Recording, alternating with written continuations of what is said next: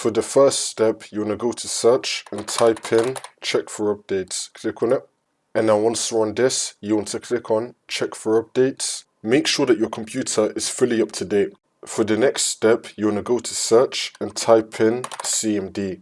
Now you want to run it as administrator. And then click on yes.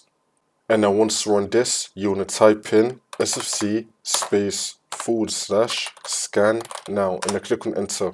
And you want to run this scan. Wait for this to load. I'm going to skip the video to when the scan will be fully completed. And now once that's been done, now you want to type in DISM /online /cleanup -image /restore health and then click on enter. And you want to run this scan as well. Wait for this to load. And now once that's been done, we can now close out of this. Now you want to find the application that you're having a problem with. You want to right click on it and then click on run as admin and then click on yes, and then the problem should be fixed.